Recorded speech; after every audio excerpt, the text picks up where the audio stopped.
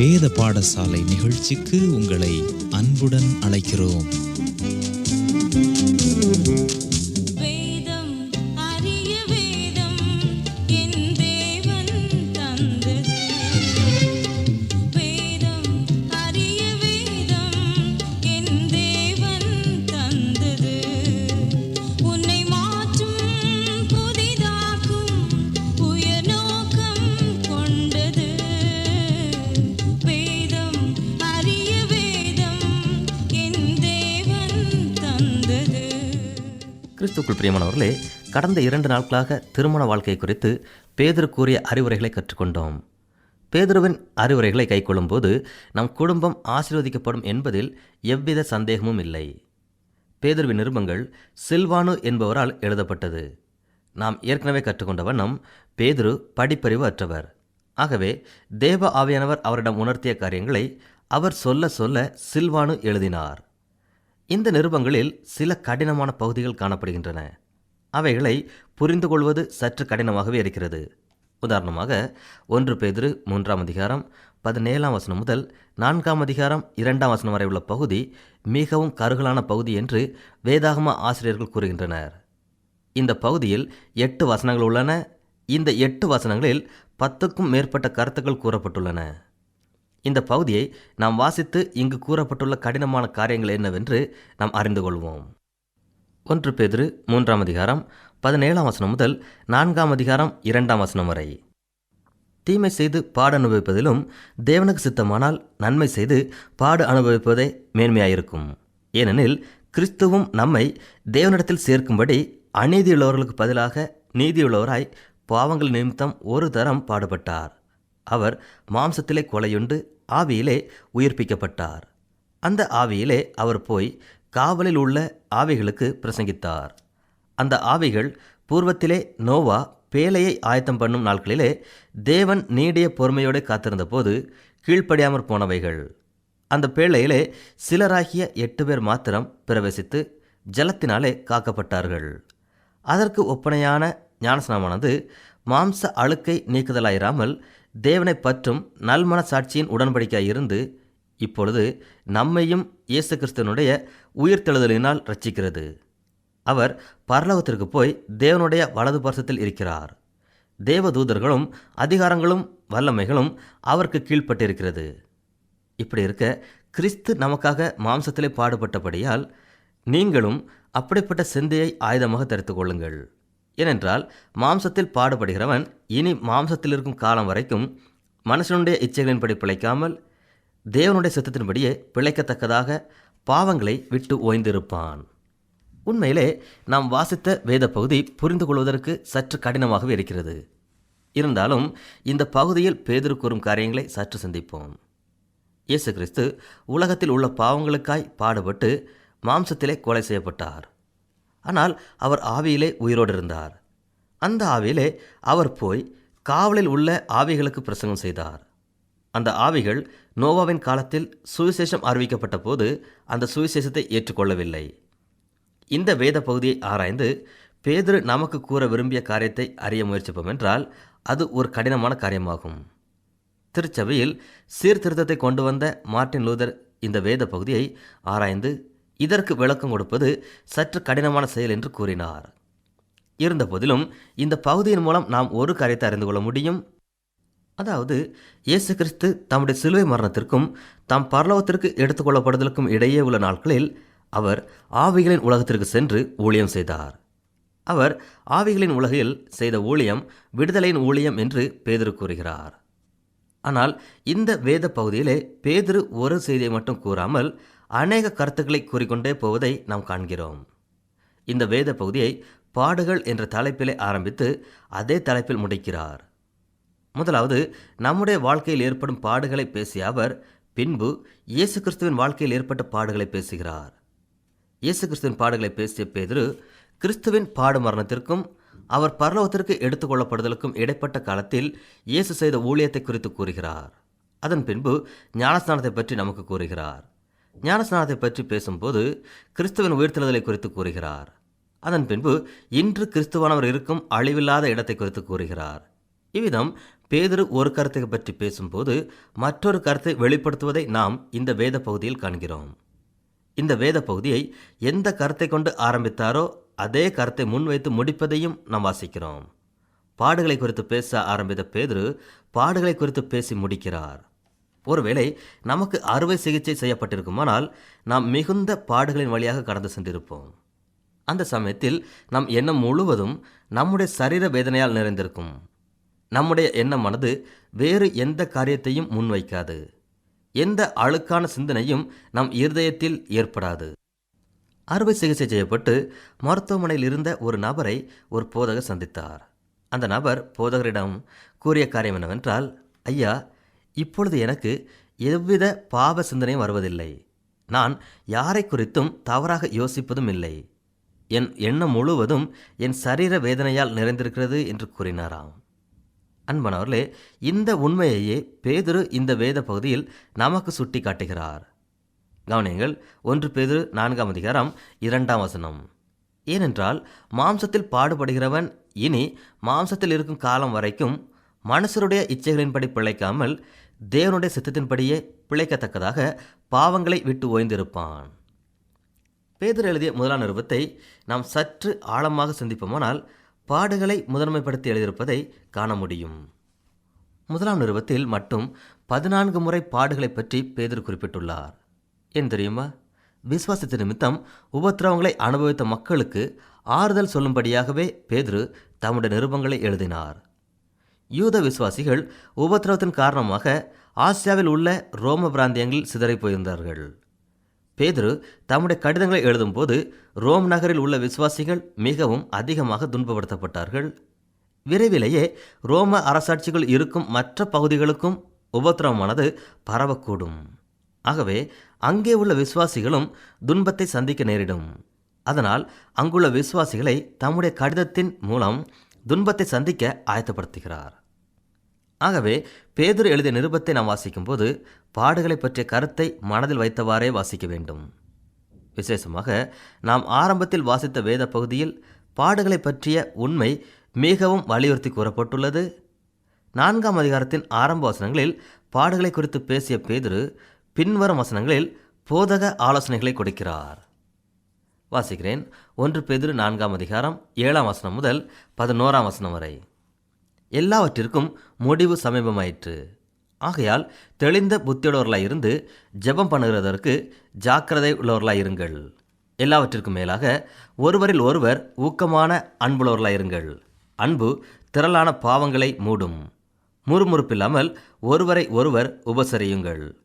அவனவன் பெற்ற வரத்தின்படியே நீங்கள் தேவனுடைய பற்பல கிருபையுள்ள ஈவுகளை பகிர்ந்து கொடுக்கும் நல்ல உக்ரானக்காரர் போல ஒருவருக்கொருவர் உதவி செய்யுங்கள். ஒருவன் போதித்தால் தேவனுடைய வாக்கியங்களின்படி போதிக்க கடவன். ஒருவன் உதவி செய்தால் தேவன் தந்தவர்களும் பலத்தின்படி செய்ய கடவன். எல்லாவற்றிலேயும் இயேசு கிறிஸ்து மூலமாய் தேவன் மகிமைப்படும்படியே செய்வீர்களாக. அவருக்கு மகிமையும் வல்லமையும் சதா காலங்களிலும் உண்டாயிருப்பதாக. ஆமேன். மிகவும் முக்கியமான நேர்த்தியான காரியங்களை போதகரான பேதுரு இங்கு நம்முடன் பகிர்ந்து கொள்கிறார். மேலும் இந்த வசனங்களிலிருந்து சிறந்த போதக ஆலோசனைகளை நாம் பெற்றுக்கொள்கிறோம். முடிவு காலம் சமீபமாய் இருப்பதை சுட்டிக்காட்டி நாம் எப்படிப்பட்டவர்களாக இருக்க வேண்டும் என்பதை இங்கே பேதுரு கூறுகிறார். முதலாவது, அமைதல் உள்ளவர்களாகவும் தெளிந்த புத்தியுள்ளவர்களாகவும் இருக்க வேண்டும் என்று சொல்லுகிறார். மேலும் நாம் இச்சை அடக்கத்துடன் ஜெபம் செய்ய வேண்டும், உபசரிக்கும் தன்மையுடன் வாழ வேண்டும், ஒருவரில் ஒருவர் அன்புள்ளவர்களாக நடந்து கொள்ள வேண்டும், அன்பானது திரளான பாவங்களை மூடக்கூடியதாக இருக்கிறது என்று பல ஆவிக்குரிய காரியங்களை பேதுரு எடுத்து கூறுகிறார். இங்கே பேதுரு கூறும் பல காரியங்களை பவுல் அப்போஸ்தலனும் தம்முடைய நிருபங்களில் குறிப்பிட்டுள்ளார். இந்த பகுதியில் ஆவிக்குரிய வரங்களை குறித்தும் அந்த ஆவிக்குரிய வரங்களினால் செய்யப்படும் ஊழியங்களை குறித்தும் வியக்க வைக்கும் வகையில் பல உண்மைகளை பேதுரு கூறியுள்ளார். தேவனுடைய கிருபையினால் நாம் அனைவரும் வித்தியாசமான வரங்களை பெற்றிருக்கிறோம் என்று பேதுரு கூறுகிறார். இது ஒரு ஆச்சரியமான செயல். நம் எல்லோருக்கும் ஒரே மாதிரியான வரங்கள் கொடுக்கப்படாமல் வித்தியாசமான வரங்கள் கொடுக்கப்பட்டுள்ளது. நமக்கு கொடுக்கப்பட்டுள்ள வரங்களுக்கு ஏற்றவாறு நாம் உண்மையுள்ள உக்ரானக்காரராய் இருக்க வேண்டும். தேவனுடைய கிருபையினால் நமக்கு வித்தியாசமான வரங்கள் பகிர்ந்து அளிக்கப்பட்டுள்ளது. ஆகவே நமக்கு கொடுக்கப்பட்டுள்ள வரங்களுக்கு ஏற்றவாறு நம்முடைய ஊழியம் அமைய வேண்டும்.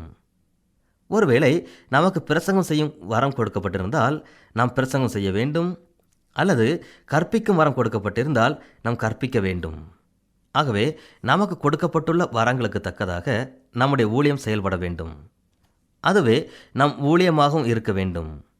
அந்த ஊழியத்தை நாம் உற்சாகத்தோடு செய்ய வேண்டும். இன்றைய நாட்களிலே ஒரு புதிய தன்மை நம்முடைய திருச்சபைகளிலே காணப்படுகிறது. அது என்னவென்றால், தான் எல்லாவற்றையும் செய்ய முடியும் என்பதை நிரூபிக்க அநேகர் முயற்சி செய்கிறார்கள். எல்லாவற்றையும் எல்லாரும் செய்ய வேண்டும் என்ற தத்துவம் வளர்ந்து கொண்டிருக்கிறது. ஆனால் இந்த தத்துவம் வேதாகமத்தை சார்ந்தது அல்ல என்பதை நாம் புரிந்து கொள்ள வேண்டும். நமக்கு கொடுக்கப்பட்ட வரங்களை குறித்து பேதுரு பேசும்போது, தேவன் தம்முடைய கிருபையினாலே நம் அனைவருக்கும் வேறுபட்ட வரங்களையும் ஊழியங்களையும் பகிர்ந்தளித்திருக்கிறார். இவை எல்லாவற்றிற்கும் காரணமாய் இருப்பவர் தேவன் ஒருவரே. அவருக்கு எல்லா கனமும் மகிமையும் சேர வேண்டும் என்பதை நாம் ஞாபகத்தில் வைக்க வேண்டும் என்று பேதுரு கூறுகிறார். நமக்கு தரப்பட்டுள்ள வரங்களை குறித்து வேதாகமம் கூறுகிற ஒரு காரியம் என்னவென்றால், நம்முடைய ஒவ்வொரு வரங்களும் திருச்சபையில் உள்ள மக்களுக்கு பயன்பட வேண்டும். நமக்கு கொடுக்கப்பட்டுள்ள வரங்களின் மூலம் நாம் மற்றவர்களுக்கு ஊழியக்காரர்களாக இருக்க வேண்டும், ஊழியம் செய்ய வேண்டும். நாம் தொடர்ந்து 4ஆம் அதிகாரத்தை படிப்போமானால், பாடுகளை குறித்து மீண்டும் பல காரியங்களை ஆலோசனையாக பேதுரு நமக்கு கூறுகிறார். 4ஆம் அதிகாரத்தின் இறுதியில் உள்ள சில வசனங்களை வாசிக்கிறேன்.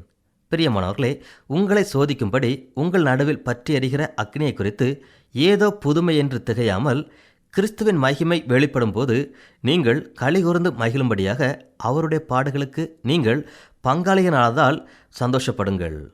நீங்கள் கிறிஸ்துவின் நாமத்து நிமித்தம் நிந்திக்கப்பட்டால் பாக்கியவான்கள். ஏனென்றால் தேவனுடைய ஆவியாகிய மகிமையுள்ள ஆவியானவர் உங்கள் மேல் தங்கியிருக்கிறார். அவர்களாலே தூஷிக்கப்படுகிறார், உங்களாலே மகிமைப்படுகிறார். ஒருவன் கிறிஸ்தவனாய் இருப்பதினால் பாடுபட்டால் வெட்கப்படாமலிருந்து அது நிமித்தம் தேவனை மகிமைப்படுத்த கடவன். ஆகையால் தேவனுடைய சித்தத்தின்படி பாடு அனுபவிக்கிறவர்கள் நன்மை செய்கிறவர்களாய் தங்கள் ஆத்துமாக்களை உண்மையுள்ள சிருஷ்டிகர்த்தாவாகிய அவருக்கு ஒப்பு கொடுக்க கடவர்கள். அன்பானவர்களே, நாம் வாசித்த வசனங்கள் பாடுகளை குறித்து தெளிவாக கூறுகிறது. உலகத்தில் உள்ள ஒவ்வொருவரும் பாடுகளை கடந்து செல்ல வேண்டும். இது மறுக்க முடியாத நியதி. சிலர் நம்முடைய கடந்த கால அனுபவங்களே நம்முடைய எல்லா பாடுகளுக்கும் காரணமாக இருக்கிறது என்று கூறுவார்கள். வேதாகமத்தின்படி இந்த கருத்து தவறான ஒன்றாகும். நம் வாழ்க்கையில் ஏற்படும் எல்லா துன்பங்களுக்கும் நாம் பொறுப்பாளிகளாக இருக்க முடியாது. ஆனால் நமக்கு வரும் தடை கற்களை, அதாவது பிரச்சனைகளை நாம் எவ்விதம் சந்திக்கிறோம் என்பதே மிக முக்கியமானதாகும். அநேகர் தங்களுக்கு வரும் பிரச்சனைகளை வெவ்வேறு விதமான முறைகளில் அணுகுகிறார்கள். மருத்துவ ஆலோசனையின்படி ஆலோசகர்கள் கூறுவது என்னவென்றால், நமக்கு இருக்கும் பிரச்சனைகளை நம்முடைய விசுவாச மார்க்கத்தின் மூலமாகவே நாம் சந்திக்க வேண்டும். அவ்விதம் நாம் சந்திக்கும் போது நம் பிரச்சனைகள் உணர்ச்சி சம்பந்தமான விளைவுகளை ஏற்படுத்தாது. உதாரணமாக, நம்முடைய நெருங்கிய நண்பர்கள் நமக்கு தீங்கு விளைவித்ததன் மூலம் நாம் பிரச்சனைகளை சந்திப்போமானால், நம்முடைய விசுவாசத்தின் அடிப்படையில் அவர்கள் நமக்கு செய்த தீங்குகளை நாம் அவர்களுக்கு மன்னிக்கும் போது நம்முடைய பிரச்சனைகளுக்கு நாம் தீர்வு கண்டுகொள்ள முடியும். அன்பானவர்களே, துன்பத்தை எதிர்நோக்கி இருக்கும் மக்கள் எவ்விதமாக செயல்பட வேண்டும் என்பதே பேதுருவின் முக்கிய செய்தியாகும். நம் விசுவாசத்தை முன்னிறுத்தி பிரச்சனைகளை சந்திக்கும் போது நாம் வெற்றி கொள்வோம். பேதுருவின் 1ஆம் கடிதமானது மனித வாழ்வில் ஏற்படும் புயல் போன்ற சூழ்நிலைகளை நமக்கு கூறுகிறது. புயல் போன்ற சூழ்நிலையிலேயும் தேவ வசனம் நம்முடன் இருக்கிறது என்று பேதுரு கூறுகிறார். நாம் கிறிஸ்துவை பின்பற்றும் சீசராக இருப்போமானால் தேவ வசனமே நம்முடைய விசுவாச மார்க்கத்தின் அடிப்படையாக இருக்க வேண்டும். நம்முடைய வாழ்வில் வரும் புயல் போன்ற சூழ்நிலைகளை வேத வசனத்தின் மூலம் நாம் சந்திக்க வேண்டும். ஆகவே நம்முடைய விசுவாச மார்க்கம் தேவ வசனத்தை சார்ந்ததாக இருக்க வேண்டும். அப்பொழுதுதான் புயல் போன்ற கடினமான சூழ்நிலையை சந்தித்த நமது வாழ்க்கை நன்மை பயக்கும் உணர்வுகளை வெளிப்படுத்தும். இந்த நன்மை பயக்கும் வாழ்க்கையின் உணர்ச்சிகளின் விளைவுகளையே சாட்சி என்று பேதுரு அழைக்கிறார்.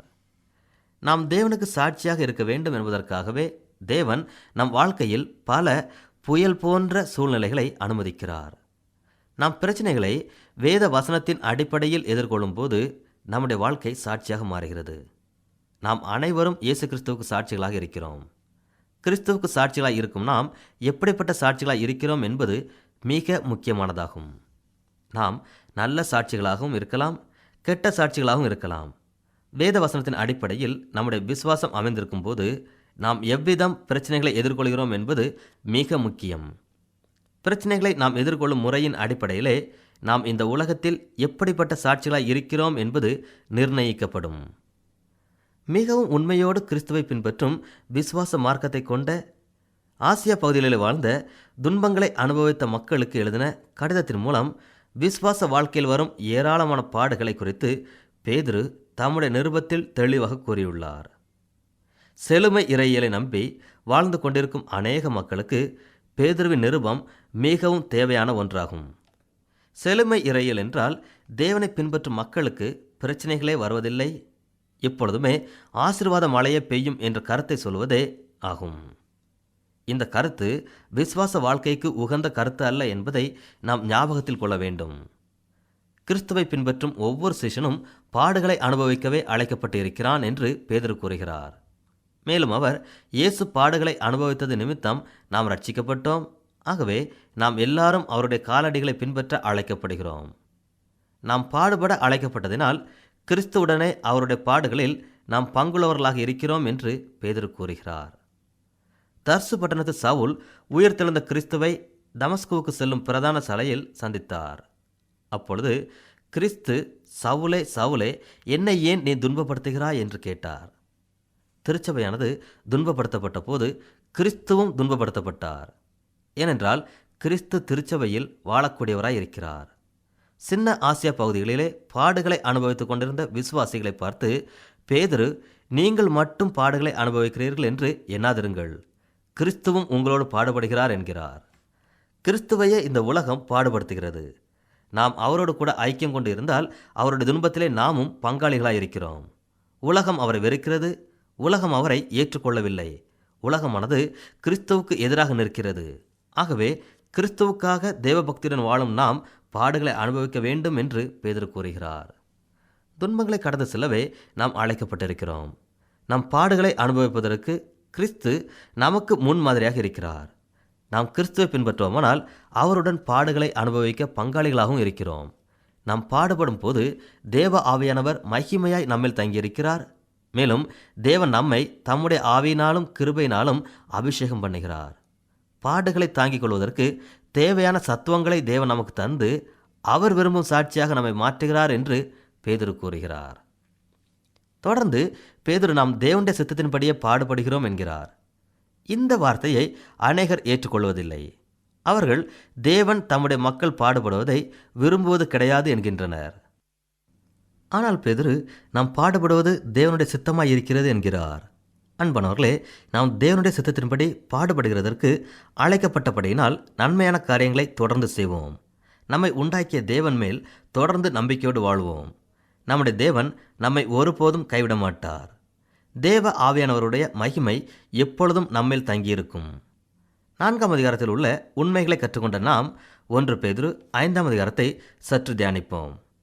5ஆம் அதிகாரத்தில் திருச்சபையின் மூப்பர்களுடன் அநேக காரியங்களை பேதுரு பகிர்ந்து கொள்கிறார். 1 பேதுரு 5ஆம் அதிகாரம் திருச்சபையின் மூப்பர்களின் தியான கூட்டத்திற்கு ஏற்ற வேத பகுதி என்று வேதாகம ஆசிரியர் ஒருவர் கூறுகிறார். திருச்சபையின் மூப்பர்களுக்கும் கண்காணிப்பாளர்களுக்கும் மேய்ப்பர்களுக்கும் திருச்சபையின் தலைவர்களுக்கும் ஏற்ற ஆலோசனையாக 5ஆம் அதிகாரம் உள்ளது. உங்களில் உள்ள மூப்பருக்கு உடன் மூப்பன் என்று 5ஆம் அதிகாரத்தை பேதுரு ஆரம்பிக்கிறார். இந்த வாக்கியம் பேதுருவின் ஒரு முக்கிய குணத்தை நமக்கு எடுத்து காட்டுகிறது. தம்மை ஒரு முதல் போதகர் என்றோ அல்லது மற்ற மூப்பர்களுக்கு உயர்ந்தவர் என்றோ சொல்லாமல் மற்ற மூப்பர்களுடன் ஒன்றுபடுத்தி பேசுவதை காண்கிறோம். இது பேதுருவின் தாழ்மை குணத்தை பிரதிபலிக்கிறது. இந்த தாழ்மை குணம் பேதுருவுக்கு எவ்விதம் வந்தது என்று பேதுரு நிருபங்களின் அறிமுக பகுதியிலே நாம் கற்றுக்கொண்டோம். திருச்சபையின் மூப்பர்கள் திருச்சபையின் அலுவல்களை பொறுப்படுத்த செய்பவர்கள். பதவிக்காக தங்கள் ஊழியத்தை செய்யாமல் பணிவாக தங்கள் ஊழியத்தை செய்ய வேண்டும் என்று பேதுரு கூறுகிறார்.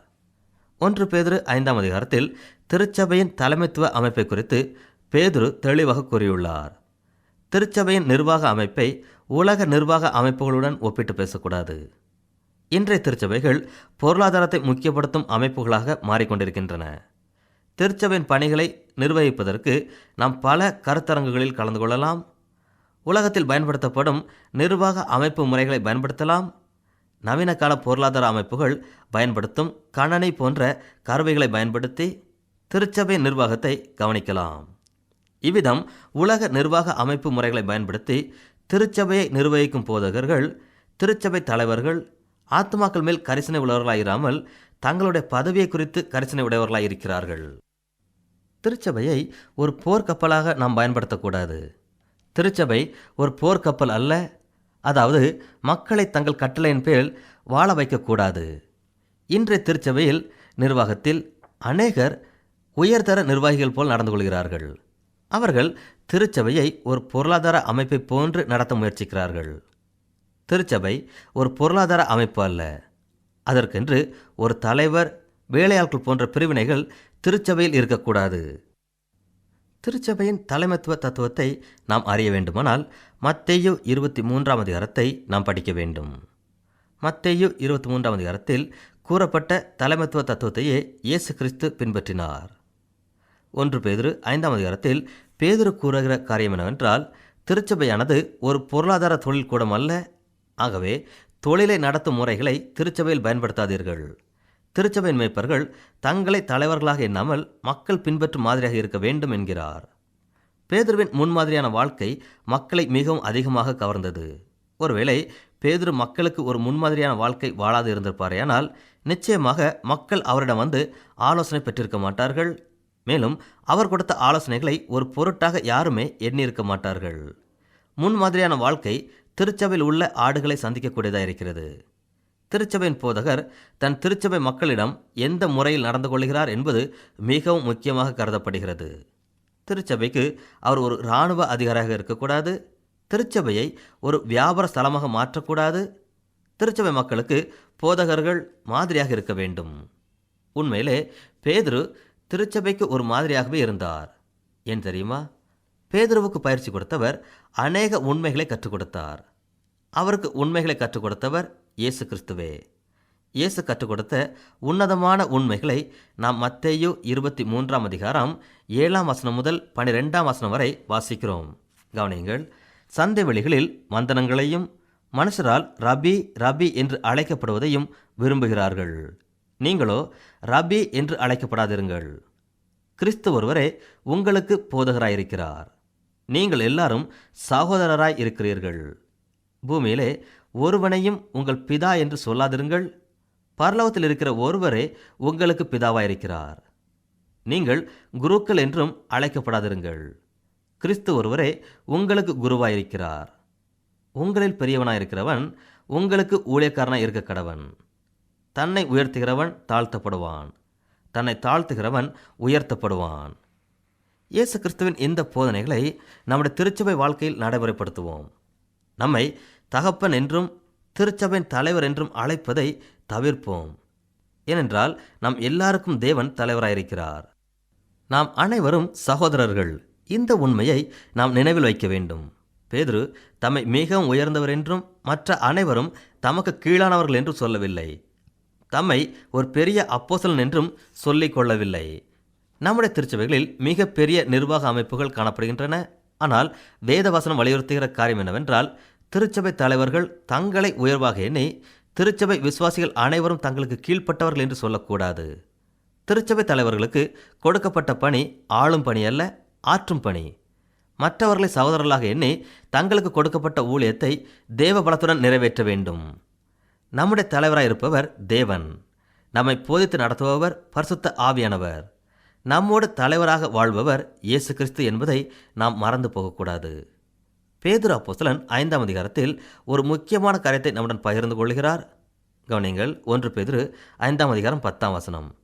கிறிஸ்து இயேசுவுக்குள் நம்மை தமது நித்திய மகிமைக்கு அழைத்தவராய் இருக்கிற சகல கிருபையும் பொருந்திய தேவன் தாமே கொஞ்ச காலம் பாடு அனுபவிக்கிற உங்களை சீர்படுத்தி ஸ்திரப்படுத்தி பலப்படுத்தி நிலைநிறுத்துவாராக. இந்த வசனத்தில் கூறப்பட்ட சத்தியமானது பேதுருவின் வாழ்க்கையில் நடைபெற்ற அனுபவமாகும்.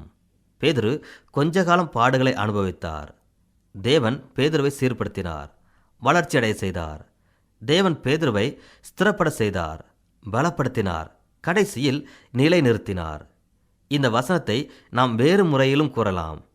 கொஞ்ச காலம் நம் பாடுகளை அனுபவித்த பின்பு கிறிஸ்துவின் இரக்கங்களின் மூலமாக தேவன் நமக்கு நித்திய மகிமையை தருவார். மீண்டும் கிறிஸ்துவானவர் வந்து நம்மை எடுத்து நம்மை நிலையான இடத்தில் வைப்பார், அங்கே நம்மை மிகவும் பலப்படுத்துவார். அன்பானவர்களே, பாடுகளின் மூலமாக தேவன் நம்மை வளர்ச்சியடைய செய்கிறார். நாம் கடந்து செல்லும் பாடுகள், வேதனைகள், எதிர்பாராத சம்பவங்கள் கொஞ்ச காலத்துக்குரியவைகள். பாடுகளின் வழியே கடந்து செல்லும் நம்மை தேவன் திரும்ப வந்து அழைத்து செல்வார். நம்மை ஒரு ஸ்திரமான இடத்தில் நிலைநிறுத்துவார், நம்மை பலப்படுத்துவார். கிறிஸ்துவுக்காக வாழும் விசுவாச வாழ்க்கையில் அநேக துன்பங்களையும் பாடுகளையும் நாம் கடந்து செல்ல வேண்டும். உலகத்திலே உபத்திரவங்கள் உண்டு, திடன் கொள்ளுங்கள், நான் உலகத்தை ஜெயித்தேன் என்று இயேசு கூறுகிறார். கொஞ்ச காலம் பாடுகளை அனுபவிக்கும் நாம் தேவனுக்காய் நித்தியமாக பரவசமாக வாழுவோம் என்பதை மனதில் கொண்டு போராட்டத்திலும் பாடுகளிலும் வெற்றி பயணம் செய்வோம். தேவன் நம்மை வழிநடத்துவார்.